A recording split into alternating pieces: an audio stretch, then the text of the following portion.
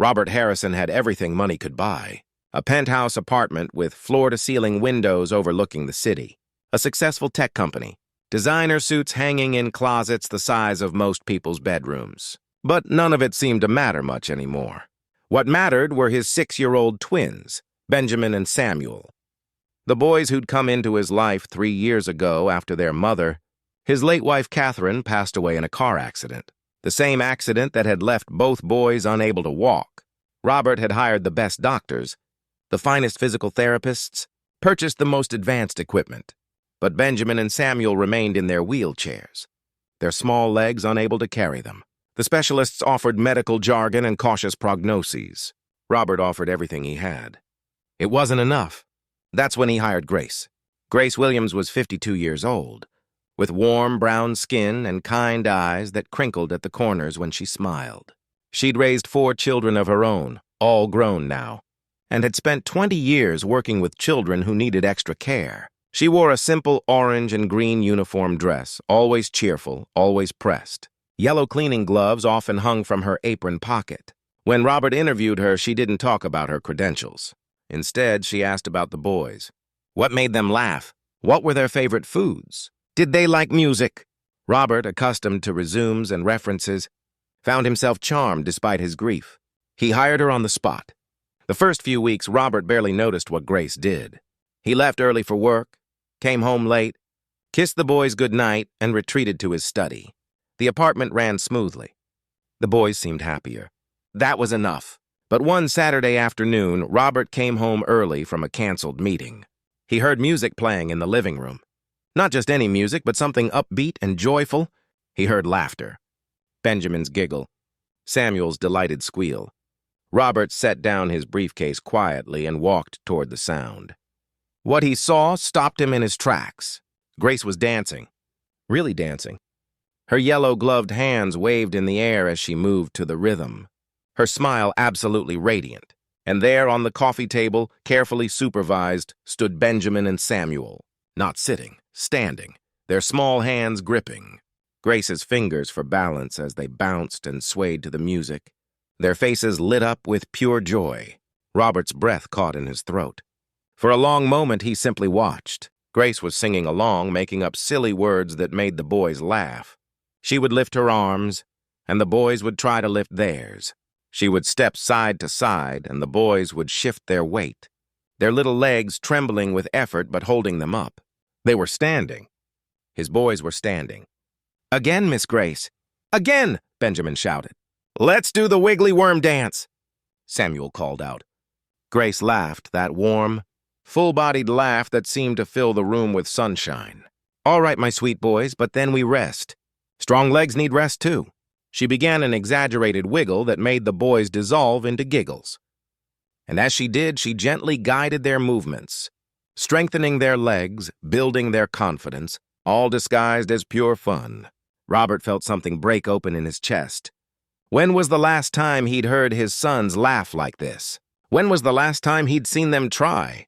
He must have made a sound because Grace looked up and saw him. For a moment, her expression showed uncertainty, perhaps even worry. But Robert smiled. Tears were streaming down his face, but he was smiling. "Mr. Harrison?" Grace said softly. "I hope you don't mind. The boys and I were just—" "Don't stop," Robert said, his voice thick. "Please don't stop." Grace studied his face and saw only gratitude. She nodded and turned back to the boys. "Your daddy's home. Should we show him our special dance?" The boys noticed their father, and their faces lit up even more. "Daddy, watch us! We're dancing!" And Robert watched. He sank into a chair and watched as Grace patiently, lovingly helped his son stand and move and laugh. There was no expensive equipment, no clinical environment, just a woman who understood that sometimes healing begins with joy. Later, after the boys were tucked into bed, Robert found Grace in the kitchen, preparing their lunches for the next day. "Grace," he said quietly, "how long have you been doing this?" She looked up, her hand stilling over the sandwiches. "About 3 weeks now. I started with just a few minutes. Music makes everything easier, I've found. Children don't think about what they can't do when they're having fun. They just do." Robert leaned against the counter. "The therapist said it would take years, that it might never happen. Grace nodded slowly. The therapists are good people with good knowledge, but they don't tuck your boys in at night. They don't see how strong their spirits are. Benjamin and Samuel want to move. Mr. Harrison, they just needed someone to make it feel less like work and more like living. Why didn't you tell me? Robert asked. Grace's expression softened. I wasn't hiding it. I was waiting to see if it would help. I didn't want to give you hope if it might not work. Hope is a precious thing. It shouldn't be spent carelessly. Robert felt his eyes well up again. I've been so focused on finding the right treatment, the right specialist. I never thought about just letting them be children. You're their father, Grace said gently. You've been carrying a heavy load. Grief and worry and responsibility. No one expects you to know everything. That's why we help each other. Over the following months, Robert watched a transformation, not just in his sons, but in himself. Grace continued her dance therapy, as Robert came to call it. But she also suggested he join in. At first, Robert felt awkward, his tall frame and his expensive suit, trying to dance with his sons. But Benjamin and Samuel thought it was hilarious, and soon, Robert found himself looking forward to these evenings. 3 months after Robert first discovered Grace dancing with the boys, Benjamin took his first independent steps. 4 months later, Samuel did too. The physical therapists were astounded. They asked what had changed. Robert told them about Grace, about the music and the laughter, and the dancing on the coffee table. One doctor nodded thoughtfully. Sometimes the best medicine isn't what we prescribe. It's what the heart knows. On the boys' 7th birthday, Robert threw them a party in the apartment. Friends from school came, and the living room filled with children's laughter. Grace had tried to stay in the background, but Benjamin and Samuel wouldn't allow it. Miss Grace has to dance with us, Benjamin insisted. She's the best dancer, Samuel added. And so Grace danced, surrounded by children, her joy infectious and pure. Robert watched from the doorway, holding a cup of coffee, feeling more content than he had in years. Later, as the last guests left and the boys played quietly with their new toys, Robert approached Grace. I need to tell you something, he said. Grace looked up, wiping down the counter. Yes, Mr. Harrison? You saved my sons, Robert said simply. But I think you saved me too. I was so lost in trying to fix everything that I forgot what they needed most. Love, joy, someone who saw them as whole, not as broken. Grace's eyes glistened. Your boys were never broken, Mr. Harrison. They were just waiting for the right moment. And you were never lost. You were just tired. That's what grief does. It makes us tired. Robert nodded. I want to do something for you. A raise, a bonus, anything? Grace held up her hand gently. Mr. Harrison, I appreciate that. But what you can do for me is this. Dance with your boys. Every day if you can. Not because they need therapy, but because it makes you all happy. That's payment enough. Robert smiled. I can do that. But you're still getting a raise. Grace laughed, that wonderful warm laugh. Well, I won't argue too much then.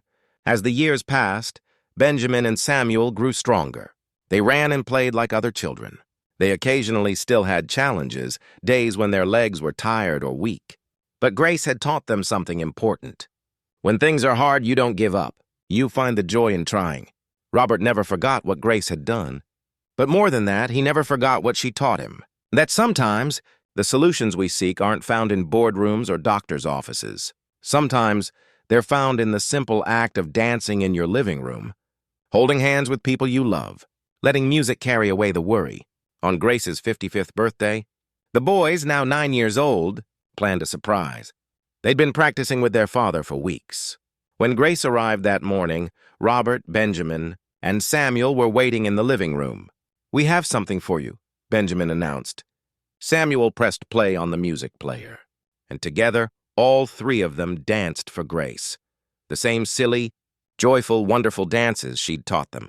They wiggled and swayed and laughed, and Grace stood there with her hands over her heart, tears streaming down her face. When the music ended, Grace pulled all 3 of them into a hug. You are my greatest blessings, she whispered. All of you. Robert held on tight. No, Grace, you're ours.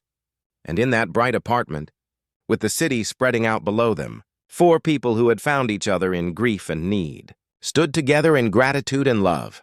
Because sometimes the unbelievable isn't a miracle from above.